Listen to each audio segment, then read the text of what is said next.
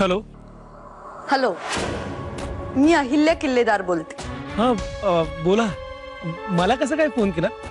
एक महत्वाचं काम होतं म्हणून फोन केला. तुम्हाला भेटायला जमेल का? महत्वाचं काम आणि माझ्याकडे? काम काय आहे ते नंतर सांगेन, पण मला आत्ता फक्त एवढंच सांगा की तुम्हाला भेटायला जमेल का नाही. असं काय? भेटेन की, पण कुठे आणि कधी भेटायचं? ठीक आहे, मी तुम्हाला सांगते कुठे भेटायचंय आणि कधी भेटायचंय. ओके?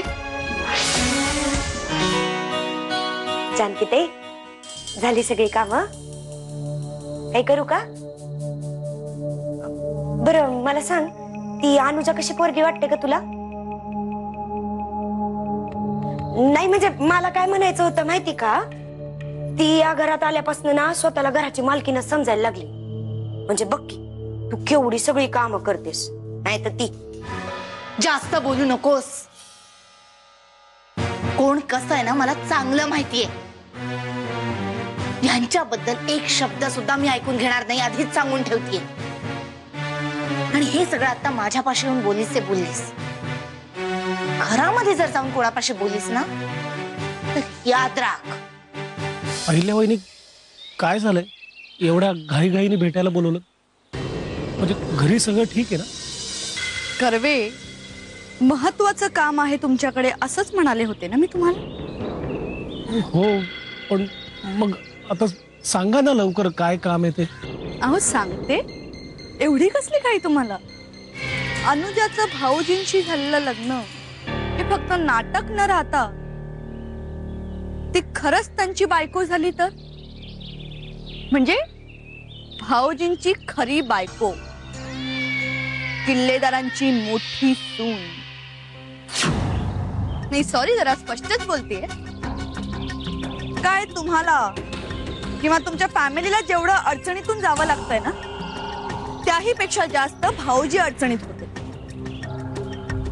आत्याबाईंनी त्यांना इमोशनल ब्लॅकमेल केलं होतं. जर का हे लग्न झालं नसतं तर आत्याबाईंचं काही खरं नव्हतं. नाही म्हणजे त्यांच्या फेकलेल्या पैशांवर जर का तुम्ही समाधानी असाल तर प्रश्नच. पण तुमची भाची किल्लेदारांच्या घरात ऐश्वर्यात राहावी, श्रीमंतीत राहावी असं जर का तुम्हाला मनापासून वाटत असेल तर ते शक्य आहे. एवढंच सुचवायला मी इथे आले. अगं एक नंबरची खाली मुंडीन पाताळ धुंडी बाई आहे ती. अगं मी तेच सांगायला आली तुला. तू नवीनच नाही या घरात, अजून ओळखत नाहीस कुणाला. म्हटलं तुला आधी जाऊन सावध करावं. नाही मला कळत नाहीये तुम्ही काय म्हणताय ते. नाहीच कळणार इतक्यात तुला. तोंडावर लई गोड गोड बोलल ती तुझ्याशी, आणि नंतर मागून कसा काटा काढल ना तुझा तुला कळणार पण नाही. जाऊ द्या ना, मी फार थोड्या दिवसांसाठी आहे या घरात, त्यामुळे मला ह्या सगळ्यात नाही पडायचं. अगं नाही पण अहिल्या वहिनी, माझी अजूनही खात्री पटत नाही की हे सगळं सहज शक्य होईल म्हणून. कारण वाकनीस जेव्हा या खोट्या लग्नाबद्दल माहिती सांगायला आमच्या घरी आले होते तेव्हा त्यांनी अटींची एक जंत्रीच वाचून दाखवली होती. कर्वे, अहो अटींची फक्त यादी वाचून दाखवली होती ना, बॉन्ड पेपरवर सह्या तर मागितल्या नव्हत्या.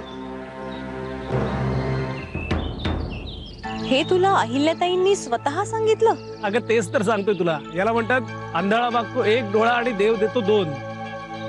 मग हातात आलेली संधी का सोडा? अरे पण अहिल्याताईंनी तुला भेटून अशी ऑफर द्यावी ह्याचंच आश्चर्य वाटतंय मला. आपण जिथे राहतो तिथल्या माणसांचे स्वभाव, व्यवहार, ती माणसं, हे सगळं माहिती असणं खूप गरजेचं असतं. म्हणून त्या इनडायरेक्टली मला हिंट द्यायचा प्रयत्न करत होत्या, पण मला ते खरं वाटलं नाही. हे सगळं फोनवर बोलणं शक्य नाहीये, प्रत्यक्षात त्यांच्याशीच बोल ना. हे बघ, लग्नाच्या शूटिंगचा विषय काढ, तुला सगळं काही कळेल.